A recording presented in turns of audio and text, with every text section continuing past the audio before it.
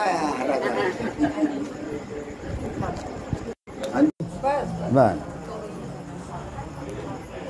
राम राम राम हरे हरे, हरे कृष्ण कृष्ण कृष्ण हरे हरे, हरे राम राम राम हरे हरे, हरे कृष्ण कृष्ण कृष्ण हरे राम राम राम हरे हरे, हरे कृष्ण कृष्ण कृष्ण हरे राम राम राम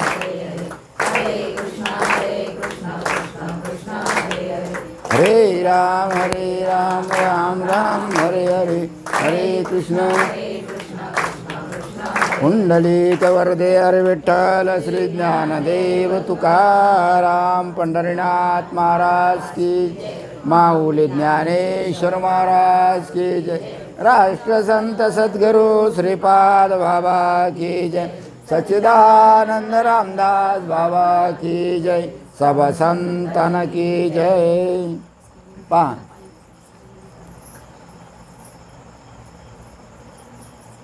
आज कोणती एकादशी आहे? हां, अपरा एकादशी. आज अपरा एकादशीच्या निमित्तानं मुरलीभाऊ पाचपांडे म्हणजेच कोण, सविताबाईच्या इथं हा सत्संग ठेवलेला आहे. निदान त्यानिमित्तानं आपल्याला आजचा विषय ऐकायला मिळणार आहे. तर विषय थोडा खोल आहे, विषय जरा कठीण आहे, समजावून घेण्याचा प्रयत्न करा. गुंगू नका, झोपू नका. झोप आली तर सरळ उभं राहायचं, बरोबर आहे. पहा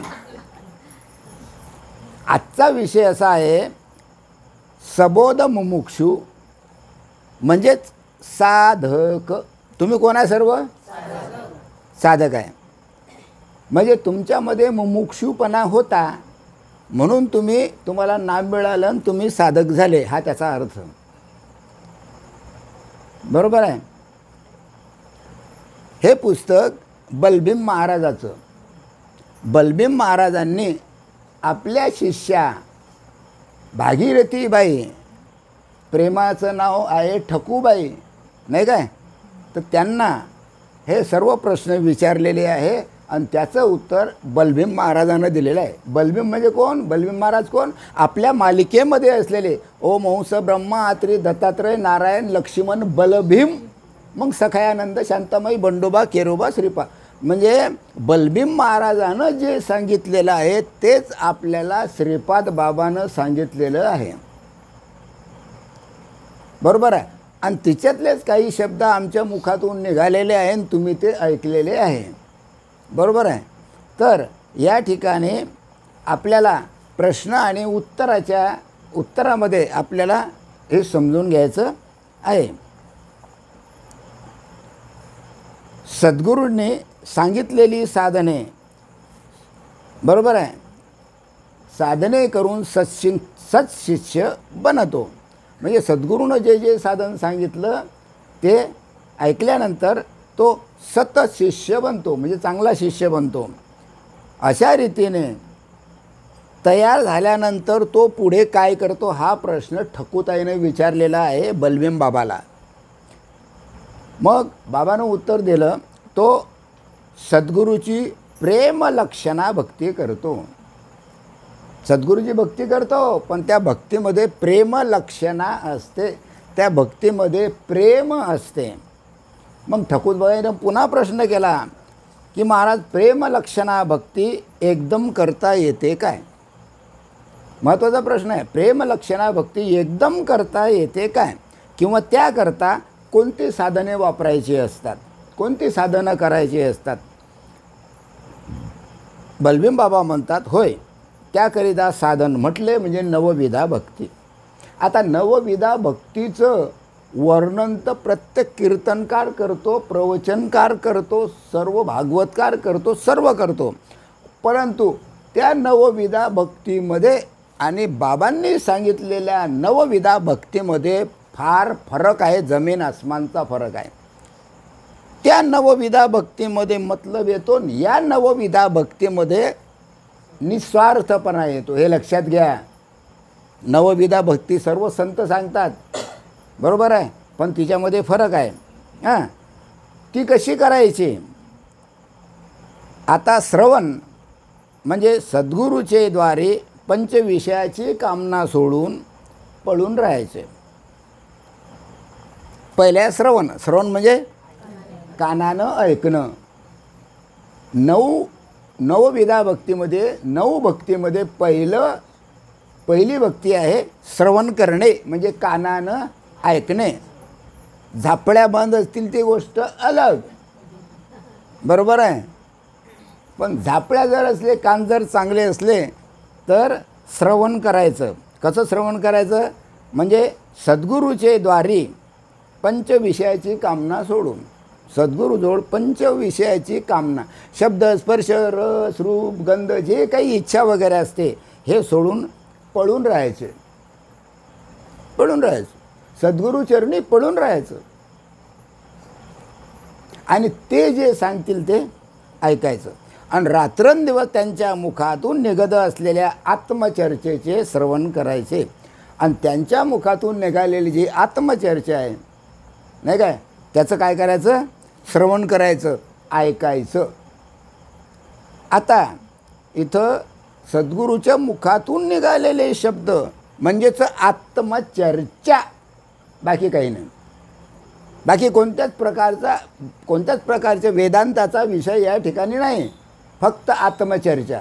बोलायचं आत्मचर्चेविषयी, बाकी काय, बाकी सर्व गौण आहे, हो, बरोबर आहे. मग नवविधा भक्ती कोणती? की पहिले श्रवण, नंतर कीर्तन, नंतर स्मरण, त्याच्यानंतर पादसेवन, त्याच्यानंतर अर्चन, त्याच्यानंतर वंदन, त्याच्यानंतर दास्य आणि त्याच्यानंतर सख्य. आणि याच्यानंतर 9वी आहे आत्मनिवेदन.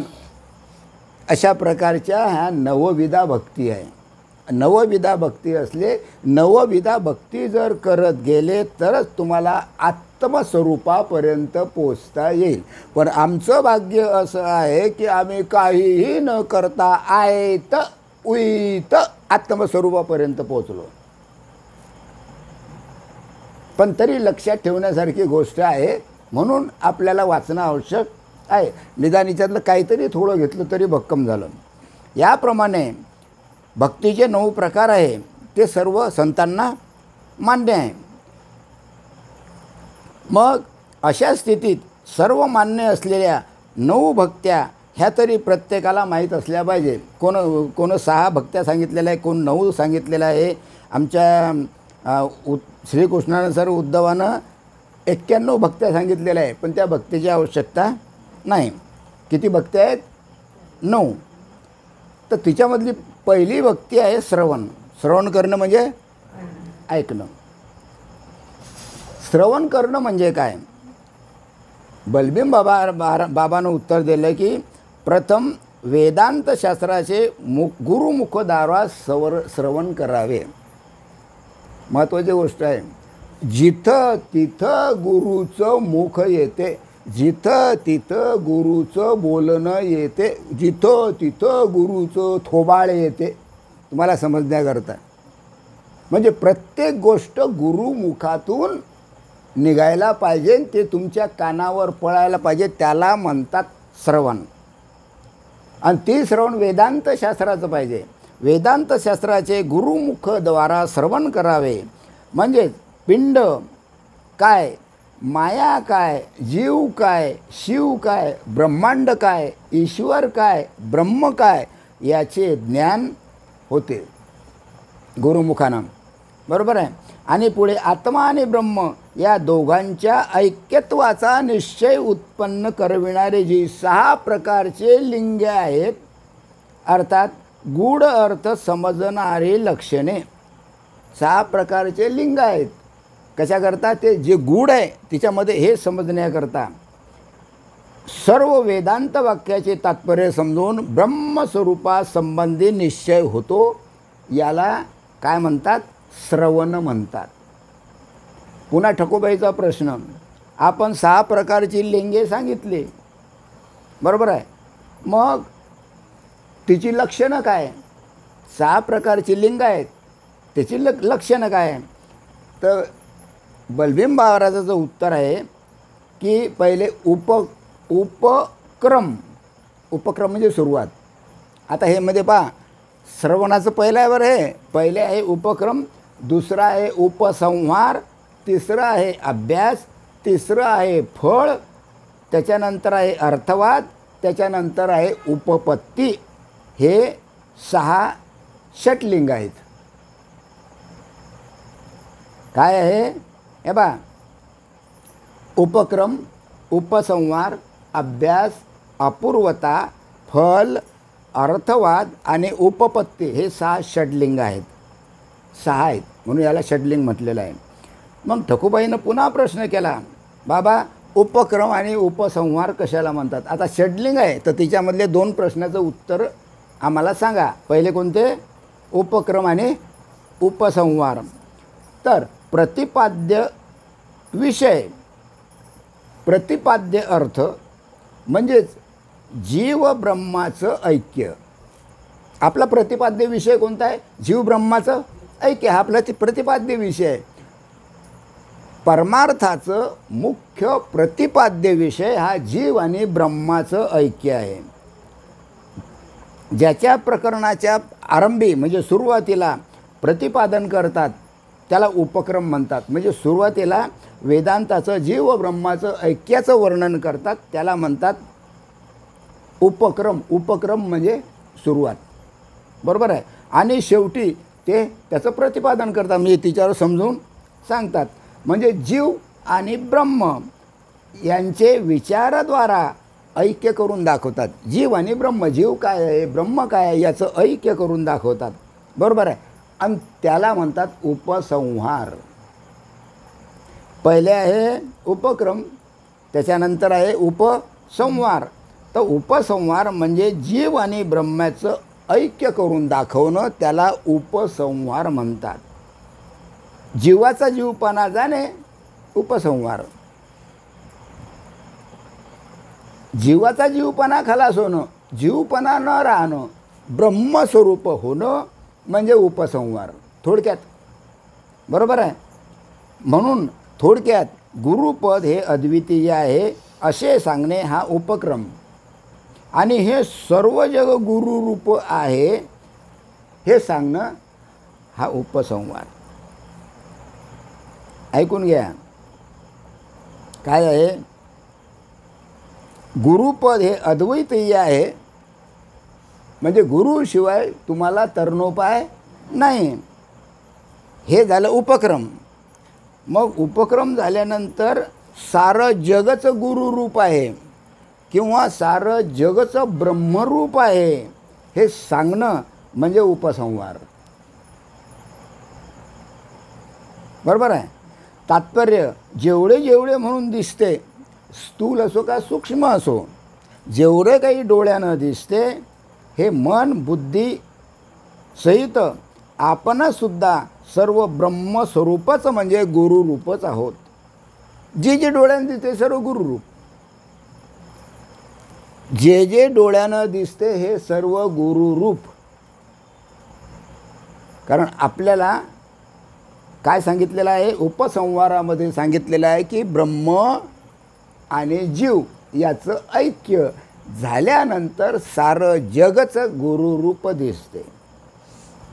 सारं जगचं ब्रह्मस्वरूप आहे म्हणजेच गुरुरूप आहे.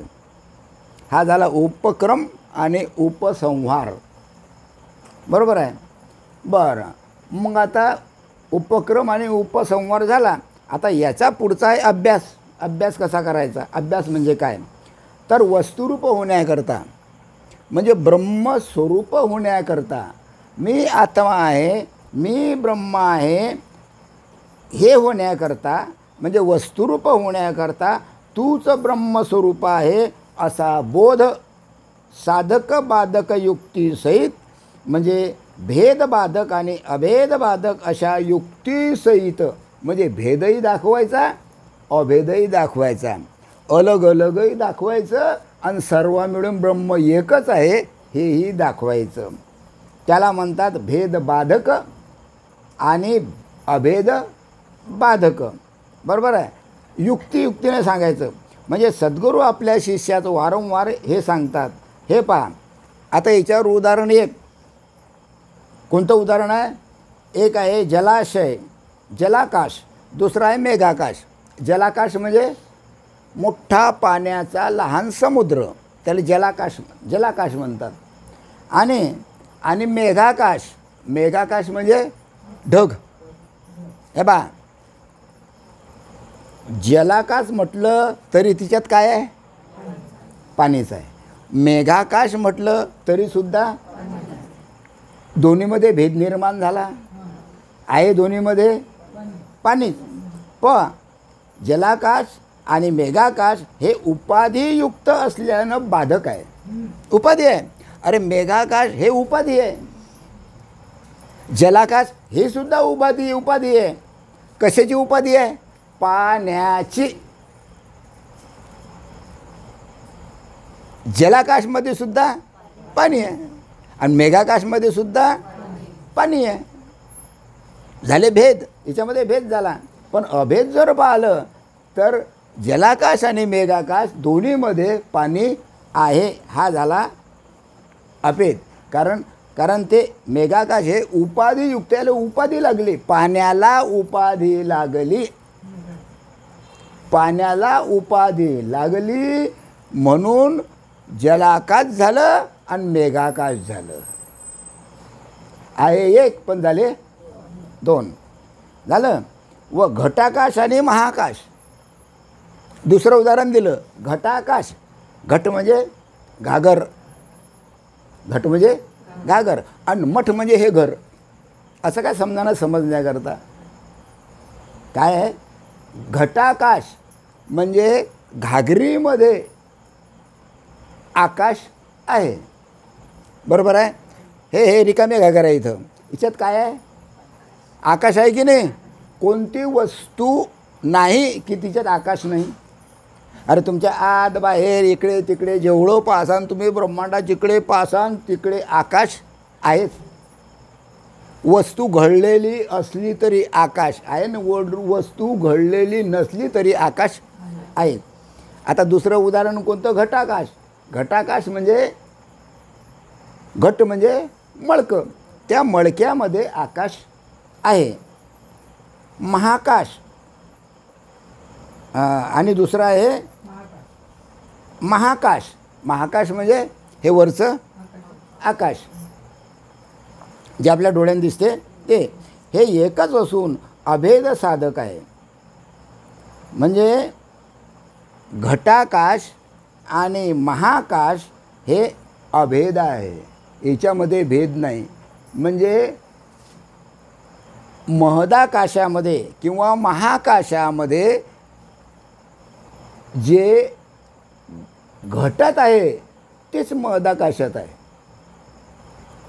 महाकाशामध्ये जे आहे तेच घटात आहे.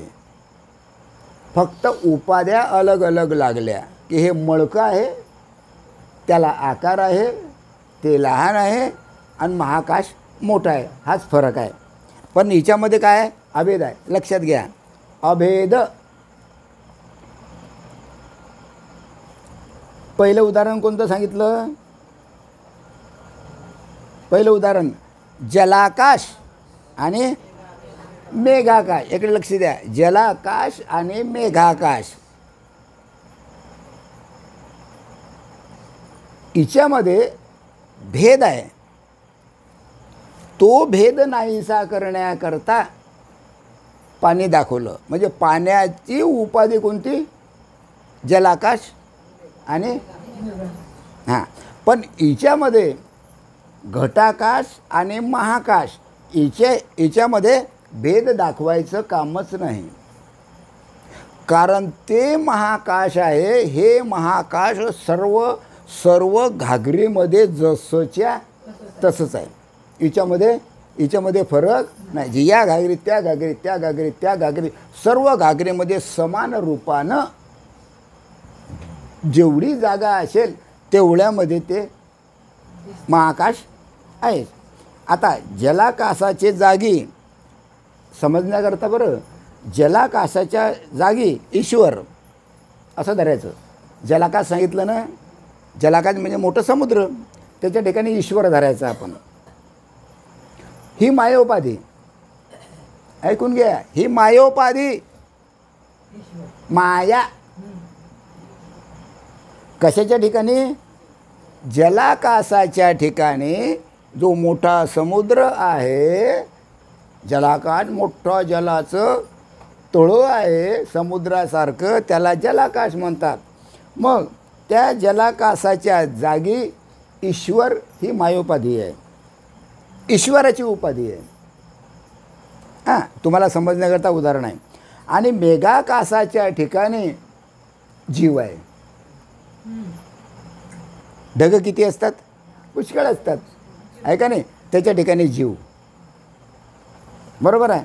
आता जीव ही सुद्धा उपाधीच, जीव ही सुद्धा उपाधीच, ईश्वर ही सुद्धा उपाधी.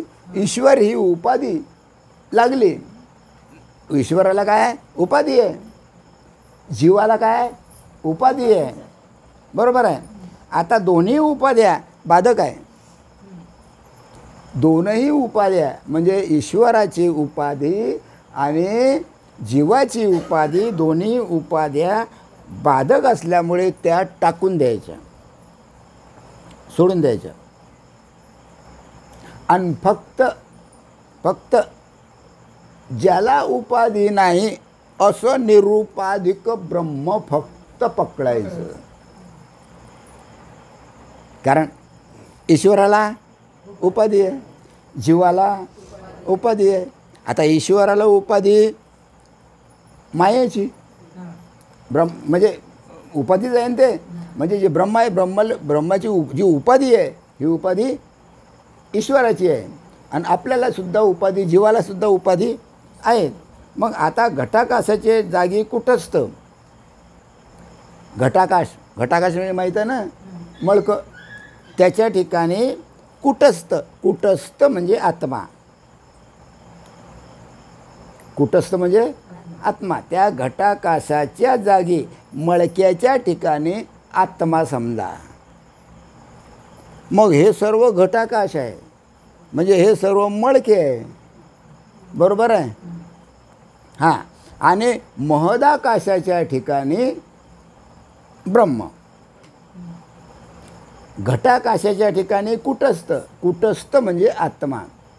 हा आत्माचं महदाकाशाशी एकरूप आहे, म्हणजेच तो ब्रह्म आहे. भाषा कळून राहिली काय? जरा कठीण आहे बरं, लय कठीण आहे. सर्व दिवसाची कसर आज. याच्यावर जर चर्चा झाली तरच हा विषय पुढे कळेल, नाही तर हा विषय कळणार नाही. बरोबर आहे. म्हणजे उभय एकच असून अभेदात्मक असल्याने याचा स्वीकार करायचा. म्हणजे घटाकाशाच्या ठिकाणी आत्मा म्हणजे कुटस्थ, महदाकाशाच्या ठिकाणी ब्रह्म. हे दोन्ही एकच आहे, अभेद आहे, यांच्यामध्ये भेद नाही, ते आपल्याला स्वीकारायचं आहे. अशा प्रकारे मनन करून अनुभव घेण्यास म्हणजे परमात्मा स्वरूप होण्याकरता राजा जनक आणि श्री रामचंद्र यास अनेकदा बोध करून घेऊन अभ्यास करावा लागला. रामाला सुद्धा अभ्यास करावा लागला, हा अवतारी पुरुष. त्याच्यानंतर जनक राजानं हाच अभ्यास केला. चालताना, बोलताना, उठताना, बसताना जरी तुमच्याशी बोलत असले तरीसुद्धा त्यांचं लक्ष त्या ब्रह्मस्वरूपाशी मनन चिंतन त्यांचं सुरूच होतं. म्हणून जनक राजाला विधेयी म्हणतात.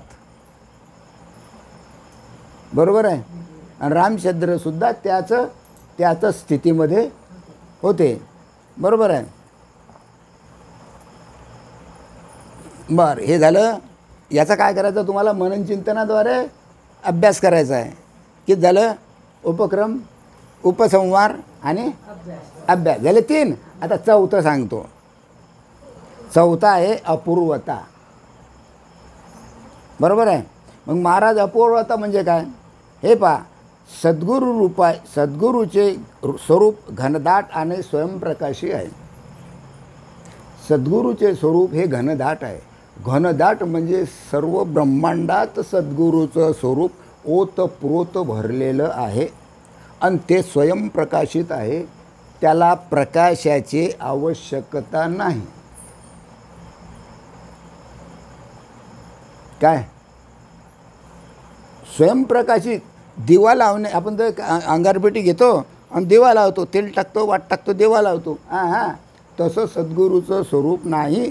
तर स्वतः स्वयंप्रकाश म्हणजे स्वतःचं प्रकाशित सद्गुरूचं स्वरूप आहे आणि घनदाट आहे. घनदाट म्हणजे या ब्रह्मांडात ते ओतप्रोत भरलेलं आहे. परंतु सद्गुरुमुखद्वारा महावाक्याचा बोध झाल्याशिवाय, सद्गुरूच्या मुखातून तो बोध मिळाल्याशिवाय, ते नाम मिळाल्याशिवाय, प्रबोध झाल्याशिवाय कोणत्याही उपायाने म्हणजे प्रत्यक्षात षटप्रमाणसुद्धा श्रुती पुराणादिकांचे पठन करणाऱ्यासही आत्मा अगोचर आहे. हीच वस्तूची अपूर्वता. म्हणजे किती विद्वान पंडित झाला तरीसुद्धा सद्गुरूच्या बोधाशिवाय आत्मा अगोचर आहे हे कळणार नाही. आणि आत्मा अगोचर आहे, तो डोळ्यानं दिसत नाही, तो सर्व ब्रह्मांडात ओतप्रोत भरलेला आहे, म्हणून तो दिसत नाही, म्हणून तो अगोचर आहे. अगोचर आहे ही त्याची अपूर्वता आहे, हे त्याचं नवल आहे, हे त्याचं आश्चर्य आहे. की मरणासन्न मनुष्य जर पडलेला असला तर 100 जण त्याच्याजवळ बसतात, परंतु तो निघून जातो तर कोणालाच कळत नाही. बरोबर आहे. ही त्या आत्म्याची अपूर्वता आहे, म्हणजे नवल आहे, आश्चर्य आहे. तर कोणं पाहिलं, अरे हा बा मेला मेला मेला मेला चालला वर, असं आहे काय? पाहिलं का कोण? ही अपूर्वता आहे. नाही कोणं पाहिलंशील ना? नाही. हां, मग परब्रह्मास उपमा आणि दृष्टांत देताच येत नाही. अशा प्रकारे जे परब्रह्म आहे, आत्मा आणि परब्रह्म, आत्मा आणि परमात्मा हे अलग नाही.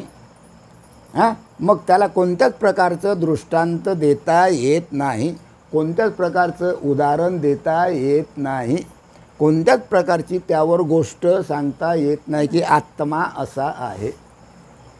दृष्टांतच नाही, कारण तो अगोचर आहे, दिसायची ती वस्तू नाही. याला अपूर्वता म्हणतात. बरं, ठकूबाईचा पुन्हा प्रश्न, आता फळ म्हणजे काय? आता फळ म्हणजे आता एवढं तर झालं, मग आता त्याचं फळ काय? हे बघ, अनेक साधनांची अनेक फळे आहेत. पुष्कळ साधनं केली तर पुष्कळ साधनांचे अलग अलग अलग अलग फळ आहे. जगामध्ये कोणी काही करते, कोणी काही करते, कोणी काही करते. कशा करता? आम्हाला त्याचं फळ मिळालं पाहिजे. आणि फळ मिळते की नाही? आंब्याचं झाड लावता नाही, कालांतरानं तो मोठा होतो आणि त्याला फळं येतात, ते आपण खातो, नाही काय? आहे का नाही? म्हणजे प्रत्येकजण फळाच्या अपेक्षेनंच काम करत असतो. म्हणजे अनेक साधनाची अनेक फळं आहे, परंतु सर्वात अंतिम फल, सर्वात शेवटचं फल म्हणजे कारणासहित जगताची निवृत्ती होऊन ब्रह्मप्राप्ती होणे. कारणासहित जगताची निवृत्ती, ब्रह्मप्राप्ती होणे आणि सद्गुरू स्वरूपात मिळून जाणे, हे त्याचं फळ. भाषा समजले काय? कोणत्याच प्रकारचं त्या ठिकाणी कारण नाही. इथं कारणासहित जगाची निवृत्ती, कारणासहित जगाची जेवढं आहे, जगामध्ये जेवढे कारण आहे या सर्वांची निवृत्ती करून, नाहीसं करून ब्रह्मप्राप्ती करून घेणं म्हणजे सद्गुरूच्या स्वरूपाशी एकरूप होणं. कळलं? याशिवाय आणखी कोणतेही महत्त्वाचे फळ नाही. जग जे करते फळाकरताच बिघडते. हां, और किती जगामध्ये काय काय सुरू आहे, कसं कसं सुरू आहे. नुसतं फळ मिळालं पाहिजे, मला हे मिळालं पाहिजे, ते मिळालं पाहिजे, हे कर, ते मिळालं पाहिजे, ते. हां, उशाखाली लवंगा ठेव, श्रीमंत होशील.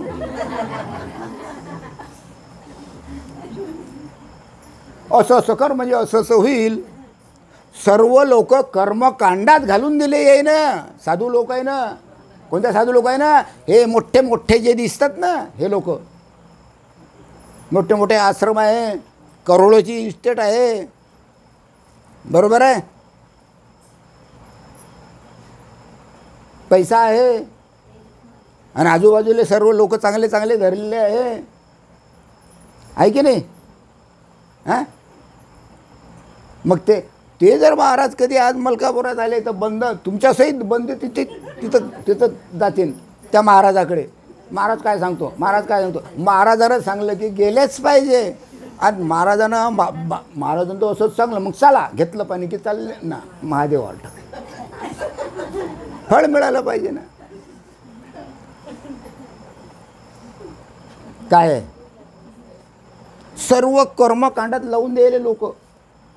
म्हणजे आत्मस्वरूपाची प्राप्तीच नाही, तसेच मरा. काहीही केलं तरी आत्मस्वरूपाची प्राप्ती नाही, जीवाचा उद्धार नाही. तुम्ही कितीही कर्मकांड केलं तरी त्याचा फायदा नाही. सर्व कर्मकांडच आहे जगात सुरू. सगळे उठल्यापासून आपण पाहतो सर्व कर्मकांड सुरू आहे. असं करा, तसं करा, तसं करा, तसं करा. मोठा माणूस आला की सांगत बसतो. सर्व कर्मकांड आहे. त्यात भगवंताची प्राप्ती कुठे आहे? भगवंताच्या प्राप्तीकरता, जीवाच्या उद्धाराकरता, आत्मस्वरूपाच्या प्राप्तीकरता, ब्रह्मप्राप्तीकरता हे केलं पाहिजे. कोणता साधू सांगते? बोला, ते सांग, ते महत्त्वाचं आहे. आम्हाला कर्मकांडात घालू नको.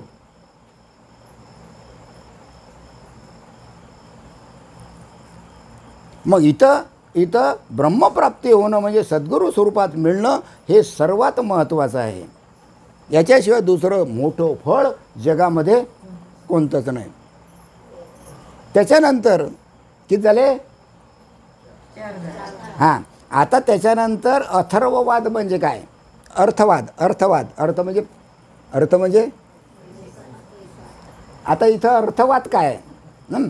अर्थवाद याचा अर्थ द्वैताची निंदा.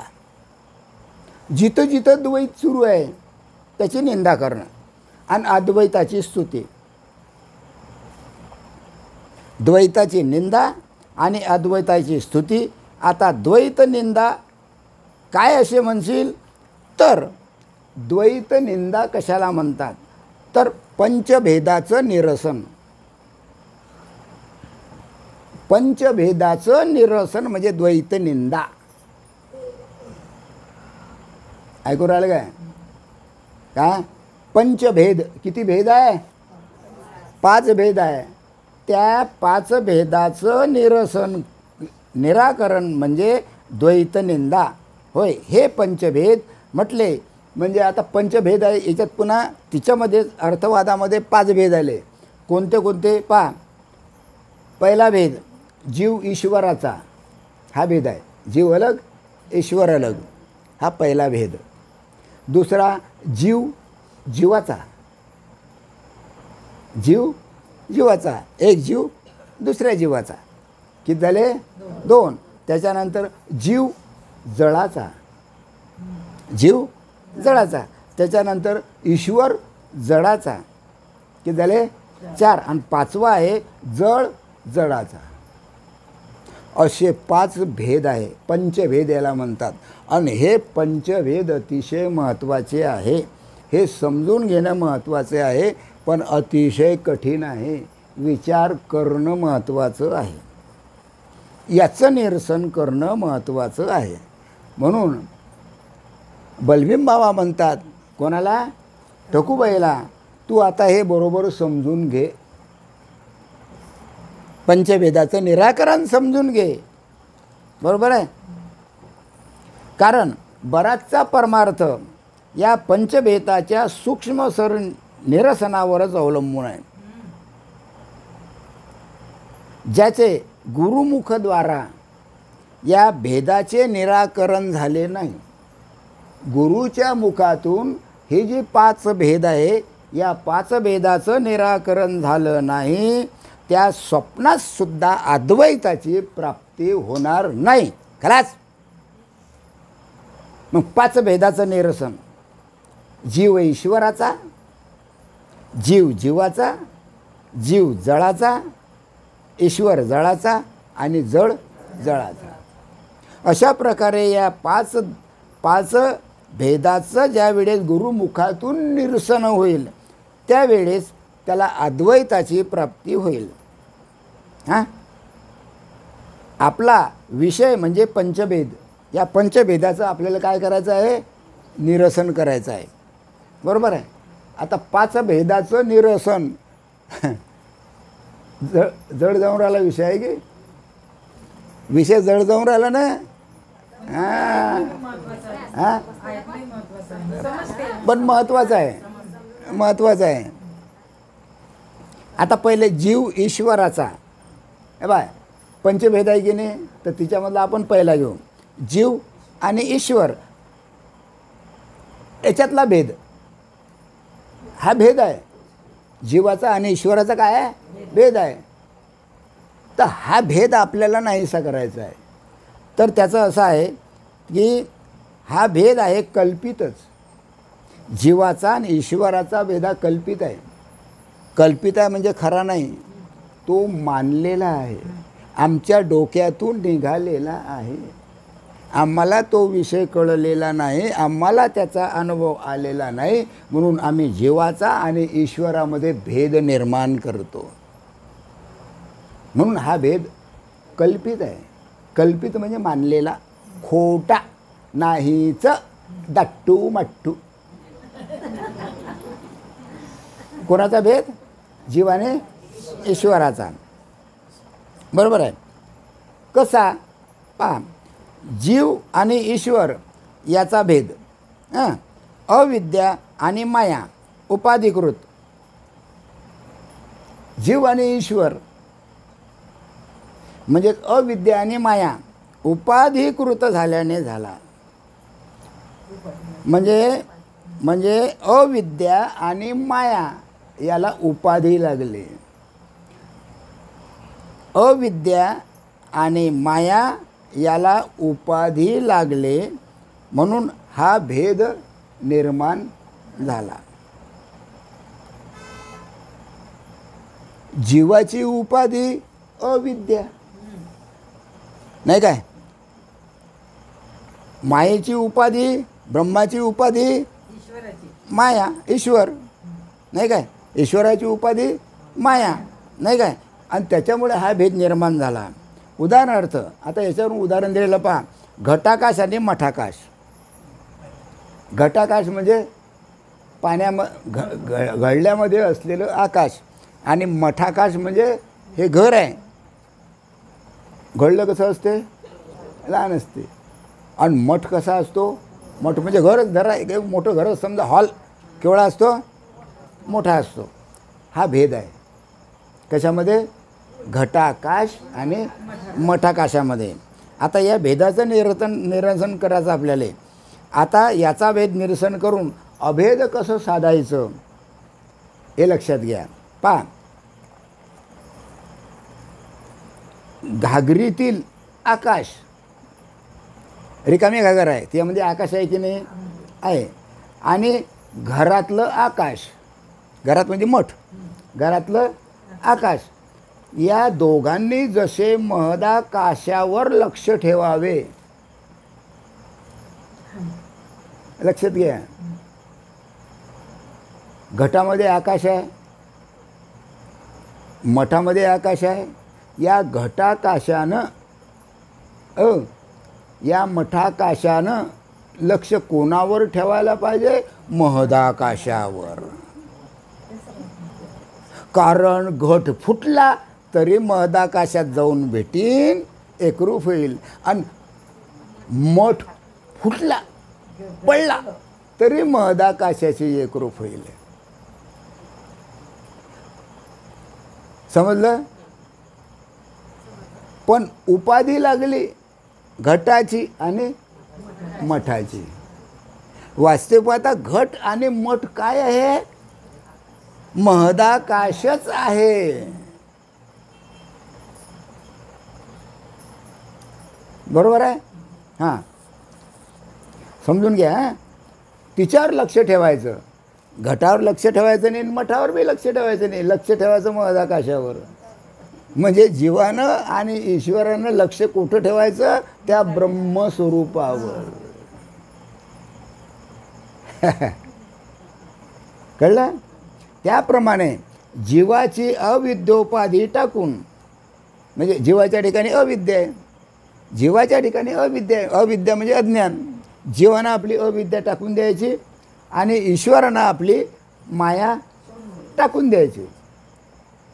जीव अविद्या टाकून देईल, माया ईश्वर माया टाकून देईन, आणि त्यावेळेस एक अभेद परब्रह्म जे सद्गुरू बोटाने हेच करून दाखवतात. मग असं जे एक अभेद आहे ते अभेद म्हणजे परब्रह्म. सद्गुरू ते बोटानं दाखवतात. कसं बोटानं दाखवू तुला? दाखवता येईल काय? पण सद्गुरू त्याचा अनुभव आणून देतात. हेच म्हणून दाखवतात की बाबा रे, तू ज्याला म्हणतो ना ते ब्रह्म हेच आहे. समजलं? हे एवढं समजलं का? हा भेद कोणता आला? जीवाचा आणि ईश्वराचा. जीवाचा आणि ईश्वराचा. याला उदाहरण झालं घटाकाश आणि मठाकाश. दोघांनी आपलं घट सोडून द्यायचा, घट फोडून टाकायचा, मठ फोडून टाकायचा, आणि त्या महदाकाशाशी एकरूप व्हायचं. अगदी त्याच पद्धतीनं हां, जीवाची उपाधी अविद्या, ईश्वराची उपाधी माया. जीवानं अविद्या सोडून द्यायची, ईश्वरानं माया सोडून द्यायची, त्या परब्रह्मस्वरूपाशी एकरूप व्हायचं. त्याला म्हणता जड आणि ईश्वराचा भेद. हा जो भेद आहे, हा भेद त्यावेळेस तो नाहीसा होईल. असे किती भेद आहे? 5. किती झाले? रात्रभर जागसान काय? नाही बाई, आत्ताच तर खाल्लं चांगलं चांगलं, आत्ताच तर गुंग येऊन राहिले, आता पुढे कसं करा? मग तो विषय तशी तरी कसा कळेल? कळणार आहे? कळणार नाही. हां, काय सांगितलेलं आहे?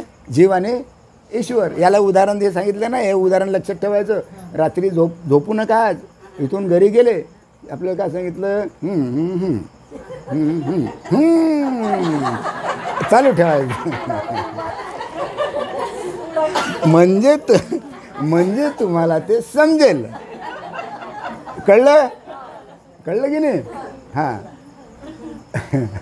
पहिले उदाहरण कळलं ना. 5 भेद आहे. आता दुसरा भेद. जीव जीवाचा. एक जीव दुसऱ्या जीवाचा, याच्यामध्ये भेद आहे. आता तुमच्यातच भेद आहे की पहा बरं. हे बाई कशी ते बाई कशी. हा जीव आणि तो जीव आहे की नाही? भेद आहे की नाही?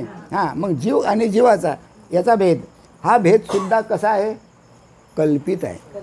कल्पित म्हणजे मिथ्या आहे. मिथ्या म्हणजे खोटा आहे. खोटा आहे म्हणजे नाहीच.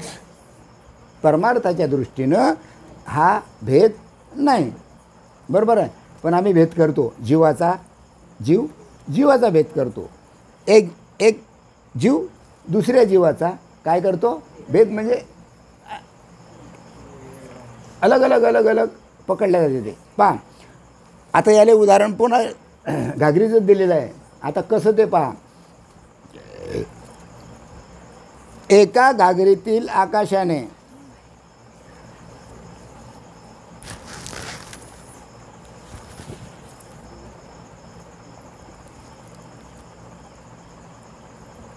हां, झालं काय? झालं का? वय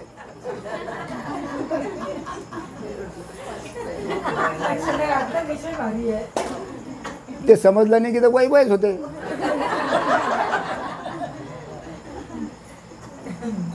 मग वय बंद होण्याकरता लक्ष देऊन ऐकावंच लागते.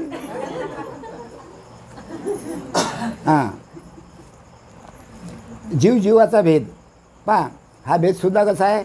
कल्पितच आहे. कल्पित म्हणजे नाही म्हणजे नाही सारखा, म्हणजे काय म्हणते झाले, आवाज आहे तो खोटा आहे. एका घागरीतील आकाशाने, ऐकून घ्या, एका घागरीतील आकाशाने अनेक घागरीकडे पाहून, एका घागरीतील आकाशाने अनेक घागरीकडे पाहून, म्हणजे देहाकडे पाहून अनेक जीव आहे असे मानणे. एका घागरीनं दुसऱ्या घागरीकडे पाहिलं, तसंच एका जीवानं दुसऱ्या जीवाला पाहिलं, कारण जीवाचा भेद आहेच, बरोबर आहे. हा जीवाचा भेददृष्टी झाली, कारण ते दोघे जण ब्रह्मरूप नाही, दोनही कोण आहे, जीवच आहे, नाही काय. मग या दोघांमध्ये काय झाली, भेददृष्टी झाली, भेद निर्माण झाला. आता हीच दृष्टी जी अनेक घागरीवर म्हणजे अनेक देहावर आहे ती सोडून द्यायची, बरोबर आहे. म्हणजे एका घागरीनं दुसऱ्या घागरीकडे पाहायचं नाही, किंवा एका जीवानं दुसऱ्या जीवाकडे पाहायचं नाही, असं काय समजा ना तुम्ही. पण आम्ही एक जीव दुसऱ्या जीवाकडे पाहतो, पण इथं स्पष्ट सांगितलं आहे, एका घागरीनं दुसऱ्या घागरीकडे पाहायचं नाही, तर एका घागरीनं मध आकाशाकडे पाहायचं. तसं एका घागरीकडनं दुसऱ्या घागरीकडे न पाहता, बरोबर आहे, ते सोडून कुठं पाहायचं, एका घागरीवर अनेक देहावर आहे ती सोडून एका घागरी आकाशाकडे पाहायचे, त्या घागरीनं आकाशाकडे पाहायचं. जेवढ्या घागरी आहे इथं जमलेल्या या सर्व घागरीनं कशाकडे पाहायचं, अरे घागरीच आहे नाही सर्व, काय घागरच आहे सर्व.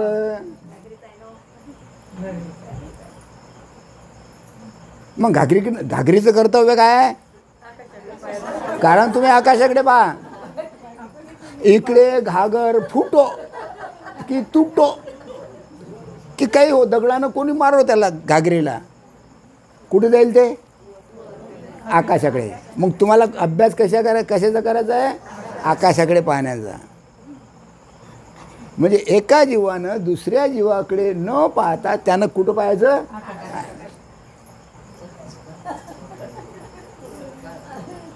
एका जीवानं दुसऱ्या जीवाकडे न पाहता त्यानं कुठं पाहायचं, आकाशाकडे. काय झाले, जीव कुठे आकाशाकडे पाहिजे,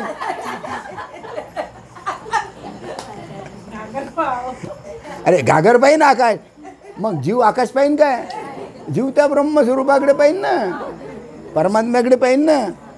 मग तुम्ही तर म्हणता आकाशाकडे.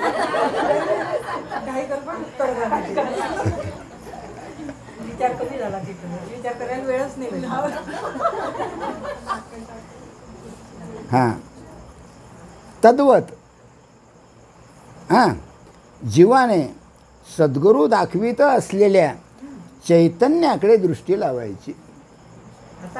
सद्गुरूनं जे दाखवलं त्या चैतन्याकडे, म्हणजे त्या नामाकडे, त्या प्रभोपदाकडे काय करायची, दृष्टी लावावी. आणि त्यावेळेस एका जीवाचा दुसऱ्या जीवाचा जो भेद आहे या भेदाचं निरसन आहे. आपल्याला फक्त आपल्या आत्मस्वरूपाकडे पाहायचं, घागरीकडे पाहायचं नाही किंवा जीवाकडे पाहायचं नाही. डायरेक्ट कुठे पाहायचं, आपल्या स्वरूपाकडे पाहायचं, आत्मस्वरूपाकडे पाहायचं, बरोबर आहे. किती झाले, पहिला झाला जीव ईश्वराचा, दुसरा झाला जीव जीवाचा, बरोबर आहे. आता तिसरा आहे जीव जळाचा, जीव जळाचा. हा भेद कसा आहे, हा भेद सुद्धा कल्पितच आहे, मानलेलाच आहे, सत्य नाहीच ना तो, मिथ्या आहे, खोटा आहे. हां, हे पहा, पंचमहाभूते ही जड, कारण पृथ्वी पाणी अग्नी वारा आणि आकाशापासून हा देह तयार झाला. मग अलग अलग जरी धरलं तर पृथ्वी पाणी अग्नी वारा आणि आकाश हे कसे आहेत, हे जडच आहे, बरोबर आहे की नाही. पृथ्वी आहे, आता मी कधी बुक्का दिला नाही ठेवून या भिंतीला, पृथ्वी आहे की नाही, एक बुक्का त्याला ठेवून काय येईल,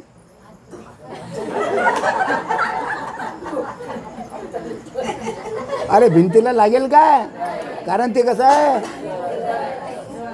पण लागेल कोणाला? कारण हिच्यात काय आहे? चैतन्य आहे.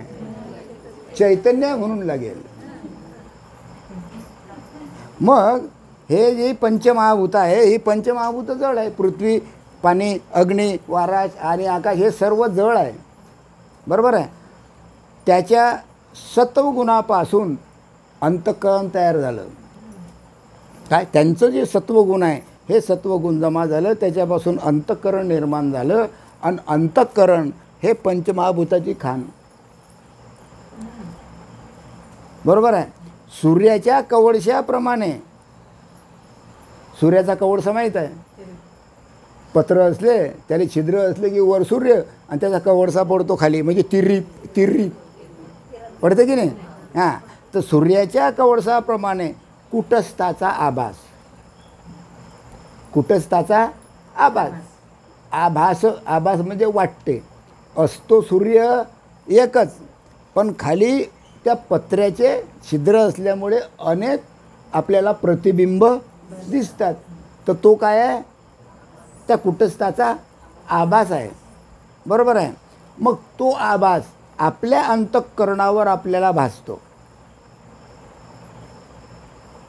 बरोबर आहे. आणि हे साभास सहित अंतःकरण जीवाला उपाधी सिद्ध करते, उपाधी सिद्ध करते. मग त्याच्यामुळे आपल्याला उपाधी लागते. कुटस्थाला उपाधी अंतःकरणामुळे लागते, कारण ते साभास आहे. बरोबर आहे. पृथ्वीच्या तमोगुणापासून मातीची घागर झाली. पृथ्वीच्या तमोगुणापासून काय झाली? मातीची घागर झाली. आता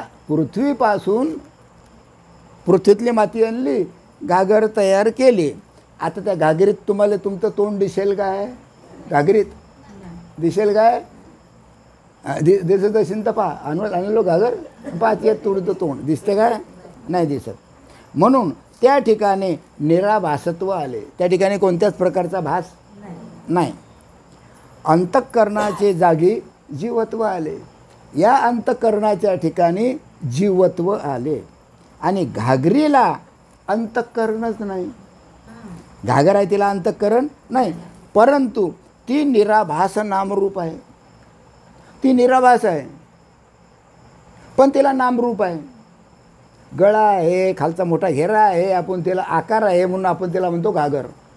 आहे की नाही? नामरूप. हां. पण ती कशी आहे? घागर कशी आहे? जळ आहे. कशी आहे ती? जळ आहे. ज्याप्रमाणे स्वप्नात चर आणि अचर दोन्ही पदार्थ दिसतात. स्वप्नात चरही दिसतात, म्हणजे जळही पदार्थ दिसतात आणि अचरही पदार्थ दिसतात. परंतु जागृती येतात काही शिल्लक राहत नाही. झाले सकाळी की काही शिल्लक राहत नाही. अगदी त्याचप्रमाणे अंतःकरण आणि नामरूप हे उपाधी सोडून, अंतःकरण आणि नामरूप हे उपाधी सोडून सद्गुरुनाथ दावित असलेल्या परब्रह्मस्वरूप झाले असता जीव जळाच्या भेदाचे सहजच निरसन होईल. म्हणजे अंतःकरण आणि नामरूप ह्या दोन्ही काय आहे? उपाधी आहे. तर उपाधी असल्यामुळे सद्गुरू दाखवतात की अरे बाबा, हे दोन्ही उपाधी आहे. कोणत्या? जीव आणि जळ हे दोन्ही काय आहे? जीव ही सुद्धा उपाधीच आहे. जळ म्हणजे पृथ्वी, पाणी, अग्नी हे सुद्धा जळच आहे. मग हे सद्गुरुनाथ हे दाखवित असलेले परब्रह्मस्वरूप झाले असता जीव जळाच्या भेदाचे सहजच निरसन होईल. इथं निरसन होईल. अंतःकरण आणि नामरूप हे उपाधी सोडून द्यायची. अंतःकरण सोडून द्यायचं. अंतःकरण भगवंताच्या स्वरूपाशी एकरूप करायचं. आणि नामरूप हे तर जळ आहेच, प्रश्नच नाही. त्यावेळेस जळाचा आणि जीवाचा काय होईल? निरसन होईल. बरोबर आहे. किती झाले? 3. आता 4थं, ईश्वर आणि जळाचा. काय? ईश्वर आणि जळाचा हे सुद्धा कल्पित आहे. हे सुद्धा कल्पित म्हणजे काय? मानलेलं आहे. बरोबर आहे. साभाससहित माया, ऐकून घ्या, साभाससहित माया म्हणजे मूळ स्फुरण.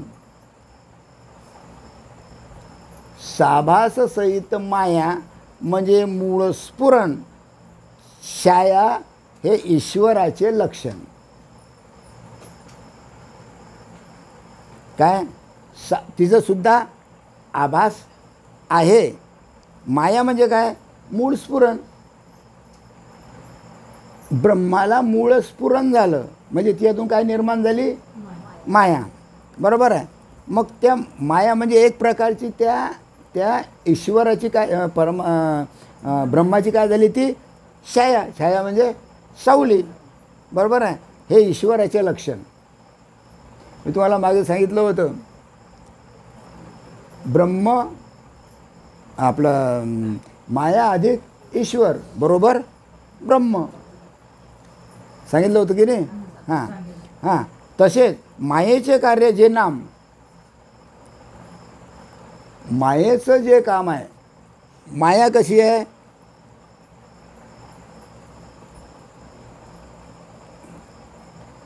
हे बा, जे स्फुरण होते, मायेला जे स्फुरण होते ते स्वतः मायेला होते काय? लक्षात घ्या. मायेला होते काय? नाही. कारण माया कशी आहे? जळ आहे. बरोबर आहे. मग मायेचे कार्य जे नाम ते जळ आहे. मायेचं कार्य तयार करणं आहे. हे सर्व जळ वस्तू तयार करणं हे सर्व मायेचं काम आहे. हे जळाचं लक्षण आहे.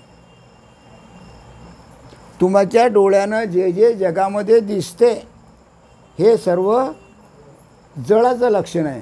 आणि जेवढं जळाचं लक्षण आहे तेवढं सर्व नामरूपात्मक आहे. प्रत्येकाला नाव आहे, प्रत्येकाला रूप आहे. बरोबर आहे. आता स्वप्नातील साक्षी हा स्वप्नावस्थेत अनेक पदार्थची पाहणी करतो. म्हणजे एखाद्याला स्वप्न पडते, स्वप्न पडल्यानंतर काय करतो? तो प्रत्येकाची पाहणी करतो. कशामध्ये? स्वप्नात. स्वप्न पडते, पाहतो तो, त्याला टुकमुक टुकमुक पाहतो खरंच वाटते. पण मी स्वप्न पाहून राहिलो असं वाटतं का त्याला? ज्यावेळी तो स्वप्नात असते त्यावेळेस त्याला तो जे पाहते ते खरंच आहे असं वाटते. अर्थात पाहणारा स्वप्न पदार्थाहून वेगळा असतो. जो पाहणारा आहे हा पाहणारा कसा आहे? वेगळा आहे.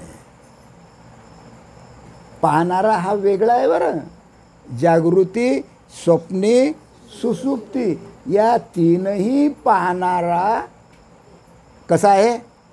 अलग आहे. तो सर्वांचा साक्षी आहे. तो आहे आत्मा. मग तुम्हाला स्वप्न पडलं तर स्वप्न पाहणारा अलगच आहे. पण तुम्हाला काय वाटते? ते खरं वाटते. अर्थात पाहणारा स्वप्न पदार्थाहून वेगळा आहे. त्याप्रमाणे नाम रूप मायोपाधी टाकताच नाम आणि रूप हे मायेची उपाधी टाकतात.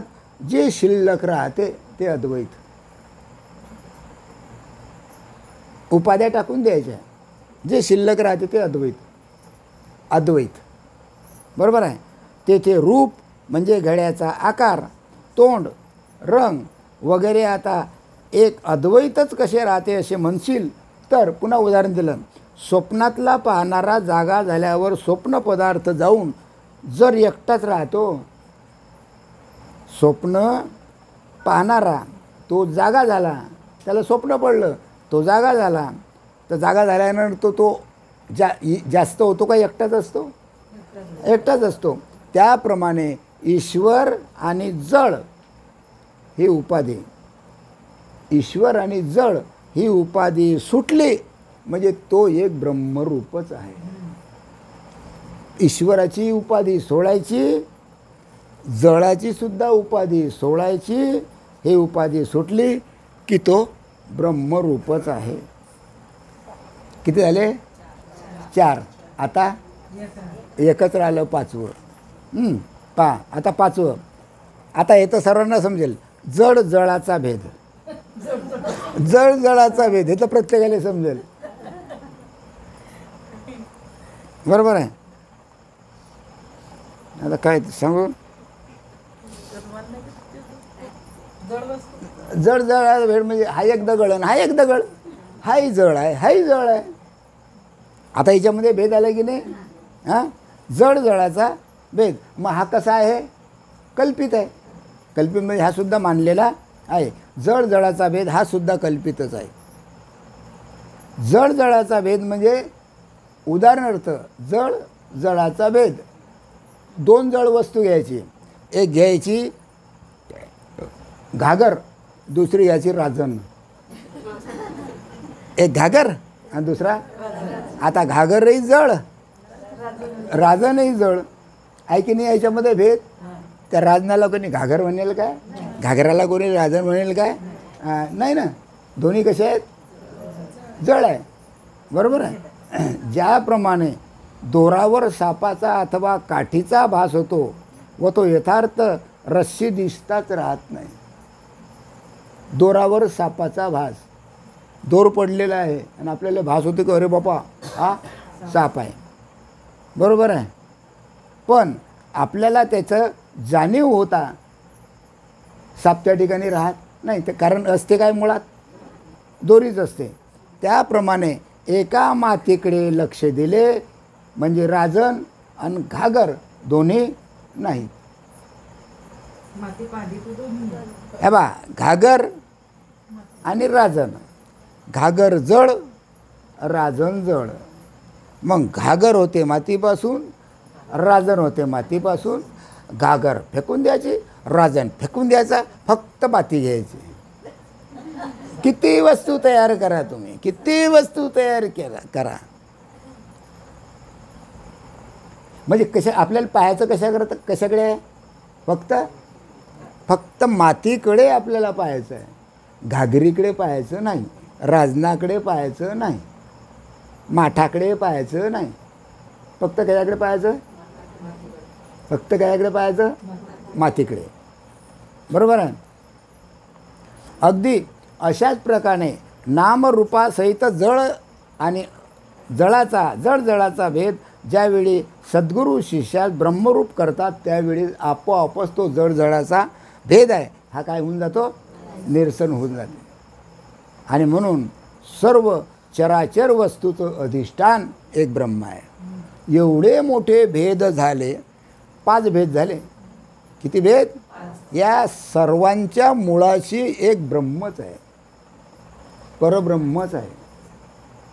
या चराचरामध्ये जेवढ्या काही ब्रह्मांडामध्ये जेवढ्या काही वस्तू आहे या सर्व वस्तूंचं अधिष्ठान फक्त एक ब्रह्म आहे. मग तुमचं अधिष्ठान कोणतं? ब्रह्म. बरोबर आहे. याचं अधिष्ठान काय आहे? पृथ्वीचं ब्रह्म. अरे जे काही आहे नामरूपात्मक जगत जे काही आहे या सर्वांचं अधिष्ठान ब्रह्म आहे. याचं अधिष्ठान काय आहे? बोला. अरे ब्रह्मच आहे. ब्रह्मच आहे ना.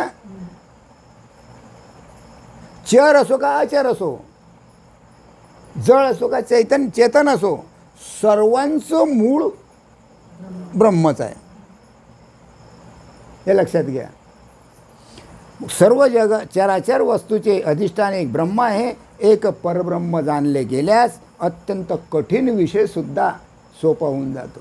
मग या ब्रह्माला जाणलं, आत्मस्वरूपाला जाणलं की आपल्याला बाकीचे सर्व विषय काय होतात? सोपे होऊन जातात. सर्व विषय सोपे होऊन जातात. पण हे अनुभव सिद्ध ज्ञान एका सद्गुरू देवापासून कोणीही देऊ शकत नाही. सद्गुरूशिवाय हे ज्ञान मिळतच नाही. आता एखाद्या बुवाला जर विचारलं वा हे जड जळाचं अजड जळाचं आणि ईश्वर जळाचं सांगा बरं काय आहे? म्हणजे काय लावलं याचं? गोष्ट सांगतो बाई, एक मस्त गोष्ट सांगेन पुराणातली झालं. पण हे त्याला सांगेल का तो? नाही. कारण तो त्या अनुभवातून गेलाच नाही. ब्रह्म काय हे त्याला माहीतच नाही ना. बरोबर आहे. तर हे ज्ञान एका सद्गुरू देवापासून कोणीच देऊ शकत नाही. आता तुला सांगितलेले हे जे पंचभेद आहे जे अद्वैत परब्रह्माचे प्राप्तीस कारणीभूत आहे. हे पंचभेद आहे. परब्रह्माच्या प्राप्तीला कारणीभूत हे आहे. बरोबर आहे. आता हे जर वल्लभाचार्य, ऐकून घ्या, वल्लभाचार्य, रामानुजाचार्य, मध्वाचार्य, दयानंद सरस्वती, ब्रह्मसमाजी तसेच द्वैत प्रतिपादन करणाऱ्या इतर मंडळीला माहीत असते, तर ही मंडळी वाहतीना, ऐकून घ्या, यांना हे माहीत नाही. माहीत नाही याला. सर्व द्वैताचा पसारा सुरू आहे. पंचभेदाचं निरसन करताच येत नाही कोणाला.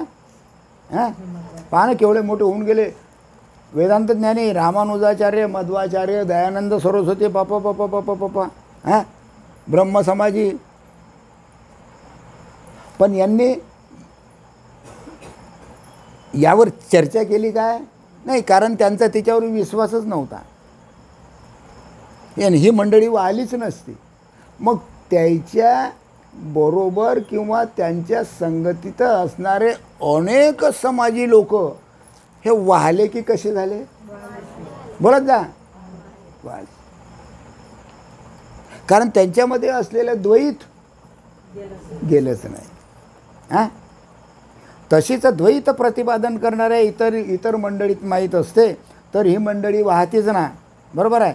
म्हणून आद्य शंकराचार्यांनी ते अनुभवशीर अद्वैत ज्ञान पटवलं. आद्य शंकराचार्य, भगवान शिवाचा अवतार, आद्य शंकराचार्यांनी हे ज्ञान जगाच्या समोर पटवून दिलं. अद्वैत ज्ञान. बाकीचे जे होते सर्व द्वैतात होते, आणि अद्वैत ज्ञान जगाच्या समोर पटवून दिलं आद्य शंकराचार्यांनी. तरी लोकांना पटलं काय? नाही पटलं. शेवटी भगवंताला अवतार घ्यावा लागला ज्ञानेश्वराच्या रूपांनी. ज्ञानेश्वरी लिहिली, तरी पटलं काय? अजूनही पटलं नाही. ते ज्ञान पटवण्याकरता एकनाथ महाराजांनी सुद्धा प्रयत्न केले. ते ज्ञान पटवण्याकरता श्रीपाद बाबांनी सुद्धा प्रयत्न केले. काहींना पटलं, काहींना पटलं नाही. काहींना पटून वाहले. आता हेच जर वाहले तर बाकीचे सुद्धा वाहणारच आहे. मग आद्य शंकराचार्यांनी जे अनुभवशीर अद्वैत ज्ञान पटविले, त्यास या लोकांनी आपल्या कपटी वाक्पटुत्वाने हरताळ लावून भोळे बाबळे जे अगोदरच द्वैतात फसलेले आहे, त्यांना आपल्या माईक जालात ओढून सर्वस्वी लुबाळले, डुबविले. कोण? द्वैतवाद्यानं.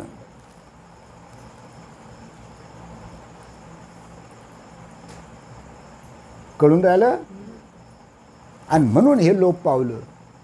पण श्रीपाद बाबाच्या कृपेनं ते आता काही जणांच्या ठिकाणी ते उघड झालं. या मंडळीस अद्वैत प्राप्ती करून देणारे सद्गुरू न भेटता, ऐकून घ्या, किती महत्त्वाचं वाक्य आहे. या मंडळीस, कोणत्या मंडळीला? आता जे सांगितले नावं ते. या मंडळीला अद्वैत प्राप्ती करून देणारे सद्गुरू भेटलेच नाही. निव्वळ वेदपाठी शास्त्राध्ययन करविणारे, समाधीच्या नावाखाली गाढ झोपेत घोरणारे, भांग पिऊन शिरशीर गांजा ओढणारे, दारू पिणारे, शक्तमताचे वाममार्गे असे गुरु मिळाले. आणि म्हणून द्वैत नाहीसं झालंच नाही. द्वैत जसंच्या तसंच राहिलं. अद्वैत कोणाला पटलंच नाही, आणि त्याचा अभ्यास कोणी केलाच नाही, तिथपर्यंत कोणी गेलंच नाही. आणि म्हणून अनुभवी आणि तत्वदर्शी असे सद्गुरू न मिळाल्याने ह्यांचे आता तुला सांगितलेले भेद निरसन न होता ही मंडळी सर्व जगभर नास्तिक मताचा प्रसार करून जीवाची नासाडी करीत आहे.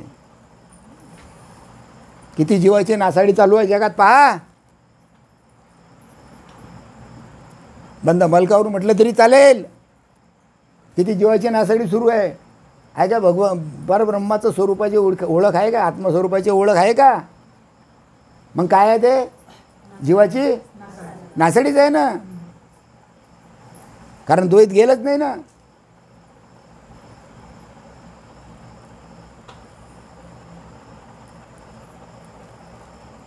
असा हा अर्थवाद, असा हा अर्थवाद आला. अर्थवाद बरोबर आहे. ठकुताईनं पुन्हा विचारलं, दयाळा आता उपपत्ती म्हणजे काय? उपपत्ती राहिली ना. उपपत्ती म्हणजे प्रत्येकाचे मूळ पाहणं, प्रत्येकाचं मूळ पाहणं. तुमचं मूळ काय, तुमचं मूळ काय, तुमचं मूळ काय. हां, उदाहरणार्थ हा एक मोबाईलचा मोठा घोर आहे बा.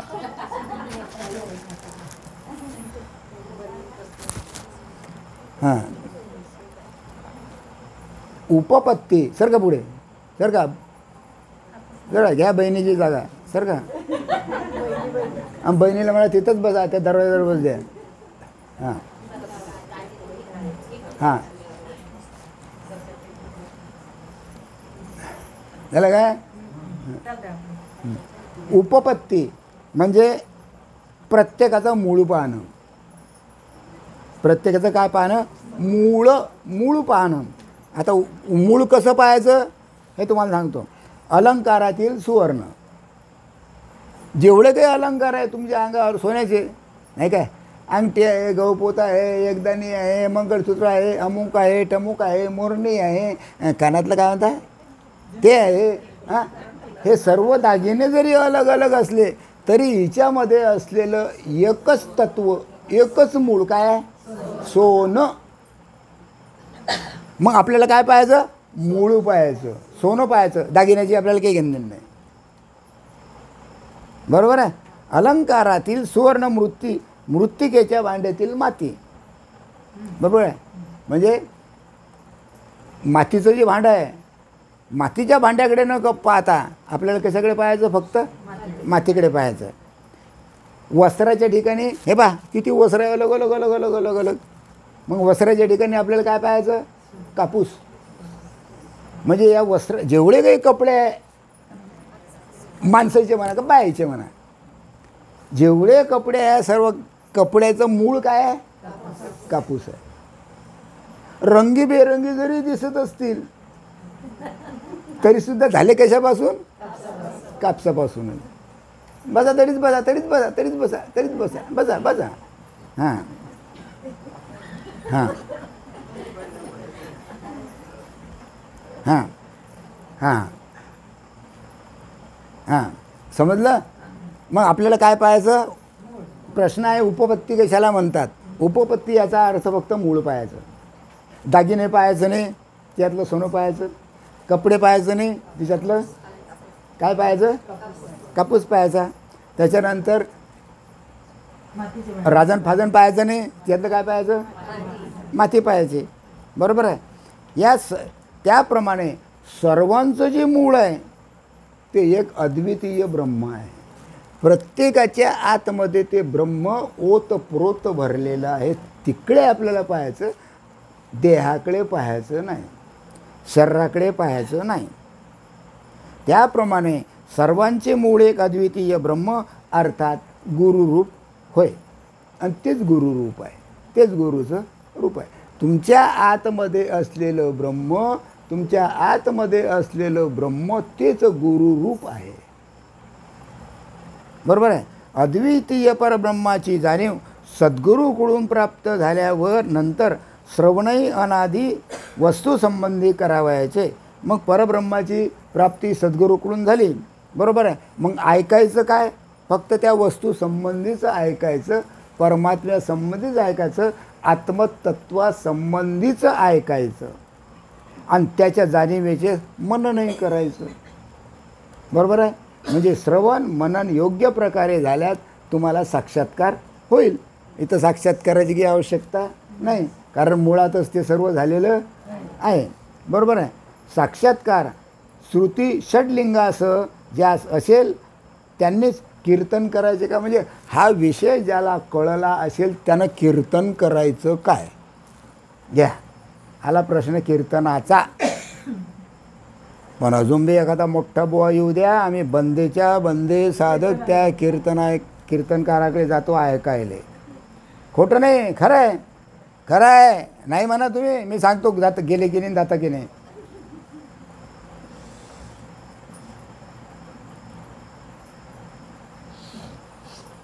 मग अशांनी कीर्तन करायचं काय, बरोबर आहे. मग ठकुताई म्हणते महाराज श्रवणाने प्रेमलक्षणा भक्ती होऊन कीर्तन होऊ शकेल काय. श्रवण केलं, प्रेमलक्षणा भक्ती झाली तर ते कीर्तन होऊ शकेल. त्याला तुम्ही कीर्तन म्हणाल काय. बाबाने सरळ उत्तर दिलं नाही, ते कीर्तन नाही. त्याच्याकरता स्मरणसुद्धा करावं लागतं. काय करावं लागते, स्मरणसुद्धा करावं लागते. पुन्हा प्रश्न, बाबा स्मरण करणे म्हणजे काय आणि कसं. तर बलवी महाराजांनी उत्तर दिलं, ह्या सर्व विश्वात माझा प्रभू सूत्रवत भरलेला आहे. या संपूर्ण विश्वात माझा जो ईश्वर आहे, परमात्मा आहे, हा दोऱ्यासारखा प्रत्येकामध्ये ओवला. गळ्यातून सगळे गळे कापले देवानं, कोणाचे, सर्वेचेच, आणि ओवला तो. कसं, मनी अलग अलग असतात पण दोरा मात्र तसं सर्वामध्ये ब्रह्म एकच आहे. हां, देह जरी नामरूपात्मक देह जरी अलग अलग असले तर हिच्यामध्ये असलेला दोरा मात्र ब्रह्मरूप एकच आहे. हां, तो सर्व सूत्ररूप भरलेला आहे हे पाहणे आणि त्याचं अखंड अनुसंधान करणे, नामस्मरण करणे हे होय. बरं, काय हरकत नाही. स्मरण देवाचे करावे, अखंड नाम जपत जावे, नामस्मरण पावावे समाधान. चालता बोलता धंदा करता, चालता बोलता धंदा करता, खाता जेवता सुखी होता, नाना उपभोग भोगिता, नाम विसरू नये. नाम विसरून काही कर, नामाला विसरायचं नाही. लक्षात घ्या, तुम्ही काही करा, नाम नाही विसरायचं. विसरला तो पसरला, घसरला, घसरला तो पसरला, पसरला तो गेला. हां,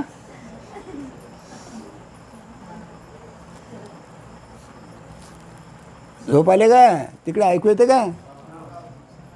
कोण झोपलं तिकडे, कोण झोपलं काय इकडे, नाही काय.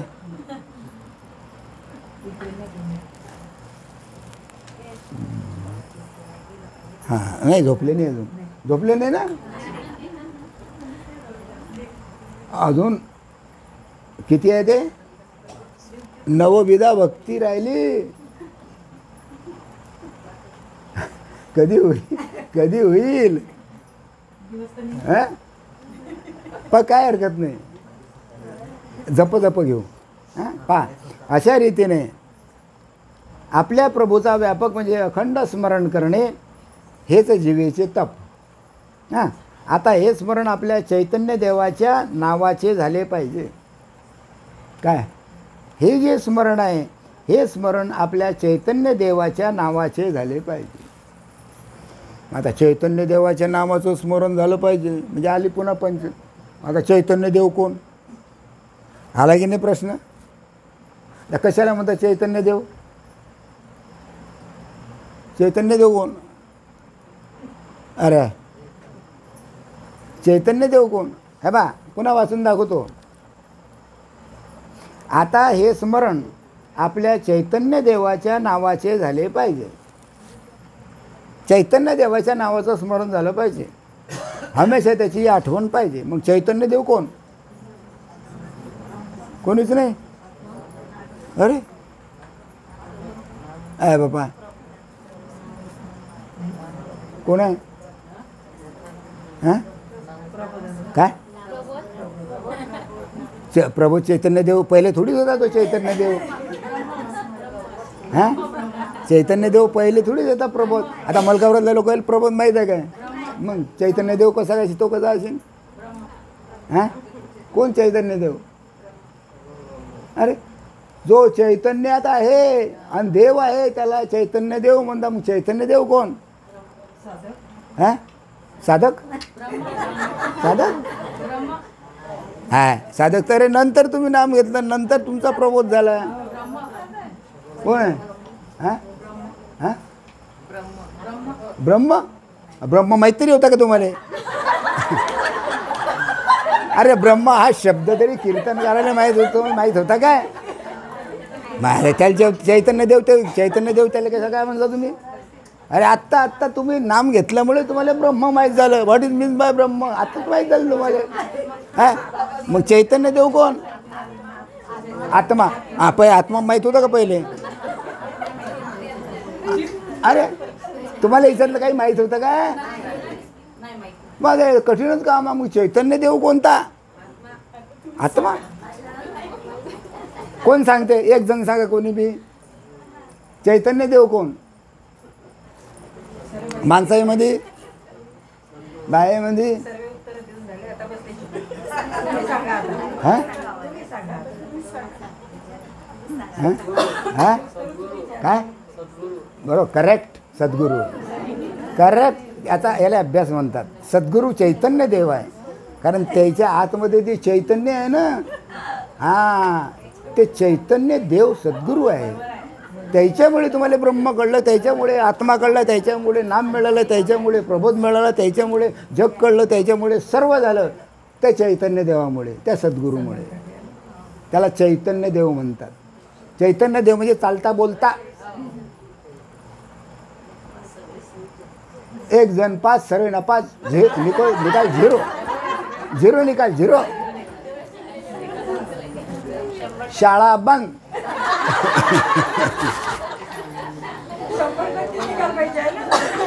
निकाल बरोबर लाव. तुम्ही शिकवलं नाही बरोबर. पण ऐकलं नाही पहा, झालं का गप्पा?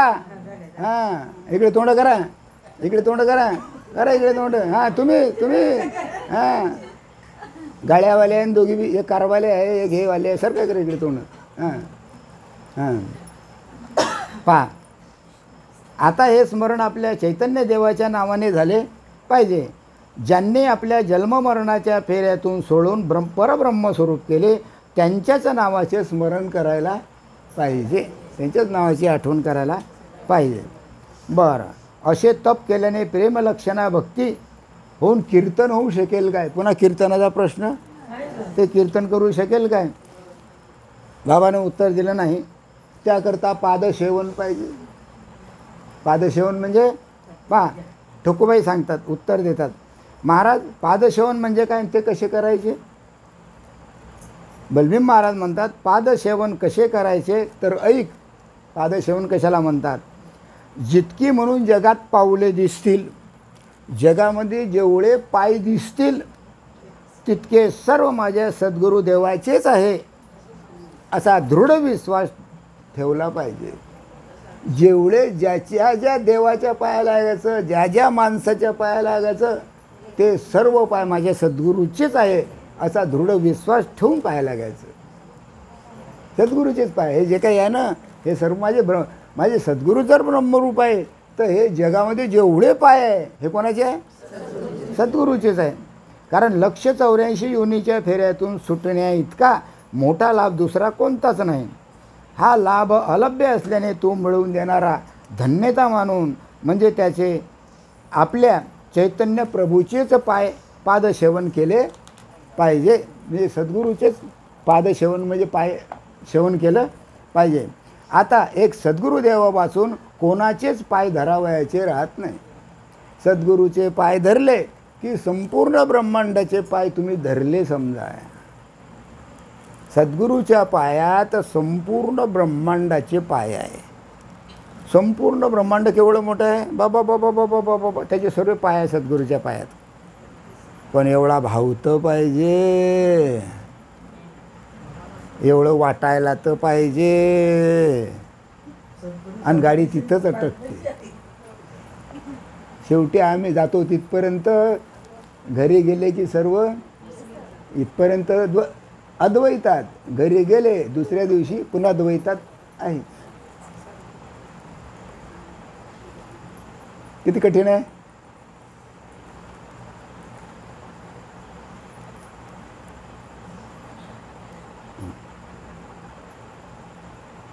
असे होण्याचे कारण काय म्हणशील तर एका सद्गुरुदेवाचेच पाय. ते पाय हृदयात घट्ट धरता सहज स्थिती सहजासहजी अंगी बांधते. ते पाय जे हृदयाशी धरले मज हृदयी सद्गुरू जेने तारिलो हा संसार उपिरू आणि म्हणून विशेष अत्यादरू विवेकावरी. एखाद्याचे आपल्या हातून नुकसान झाले असता, उदाहरण दिलेलं आहे, एखाद्याचं आपल्या हातून नुकसान झालं तर त्याचे नुकसान होते, त्याच्यावरील कागद कामदाराचे पाय धरल्या तो सहज म्हणतो. एखाद्याचं नुकसान झालं तर त्याच्यावरचा जो कामदार असतो तो काय म्हणतो, बरे आहे जा तुम्ही, आता मी सर्व करून घेईल, तुम्ही निर्भय राहा, आता मी तुम्हाला माफ केलं. नाही काय. त्याप्रमाणे अनेक जन्मापासून ईश्वरास न जुमानता, किती जन्म झाले आपले, ईश्वराला आपण कधी जुमानलं नाही, ऐकलं नाही, काहीच नाही. अशा प्रकारची बरी वाईट कामे केलेली असतात.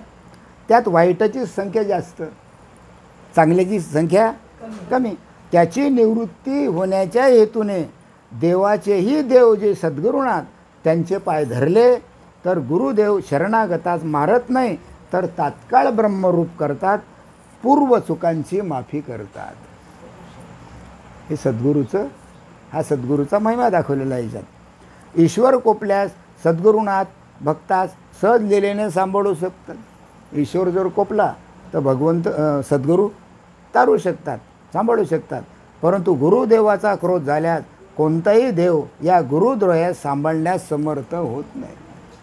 गुरुचा जर क्रोध आला, गुरुला जर क्रोध आला तर जगात कोणताच देव नाही असा की तो त्याला सांभाळू शकेल. बरोबर आहे. सद्गुरूंना सामान्य जनाप्रमाणे मनुष्य समजून, काय सद्गुरूला सामान्य जन, हसू नका, काय तिकडे काय चाललं, हां काय काय झालं, बोलूच नका, तर बंद करा, तुम्ही विचार करा ना, म्यूट करा ना. याला बोलता इथं, काय बोलता, आणूच नका, मोबाईल आणायचंच नाही इथं.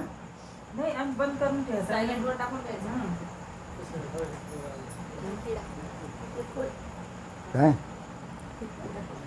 झालं, ते ब्रह्मरूपच आहे. ते कुठं जाणार आहे, आणि तेही त्याचंच रूप आहे. बाळ सद्गुरूंना सर्व एकटा झाला का, दीड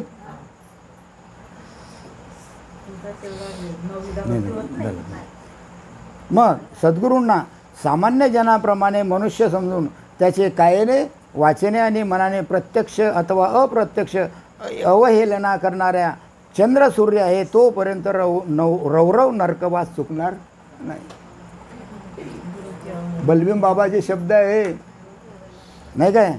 याकरिता सद्गुरुपुत्रांनी तरी सावध राहावे. सद्गुरू म्हणजे ज्यांनी नाम घेतलेलं आहे त्यांनी तरी सावध राहावं. या लागे गुरु ते मनुष्यबुद्धी पाहू नये गात्रे होईल. म्हणजे मनुष्यबुद्धीनं सद्गुरूला पाहू नये.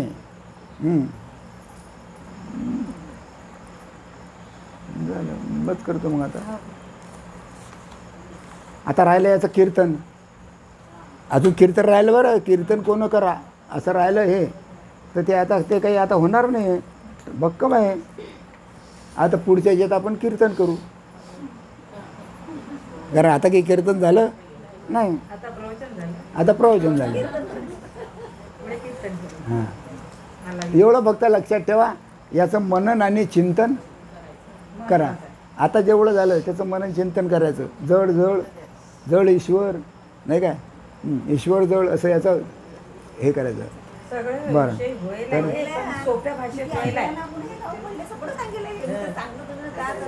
ते तुम्हाला सोप्या भाषेत सांगेल आहे, ते भागवतामध्ये ज्ञानेश्वरीमध्ये आहे.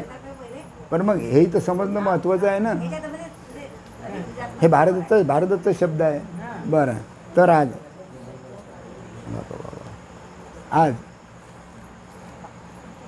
अपरा एकादशीच्या निमित्तानं आपण सर्वजण या ठिकाणी जमलो तर झालेली माझी तुटक मुटक सेवा नाही काय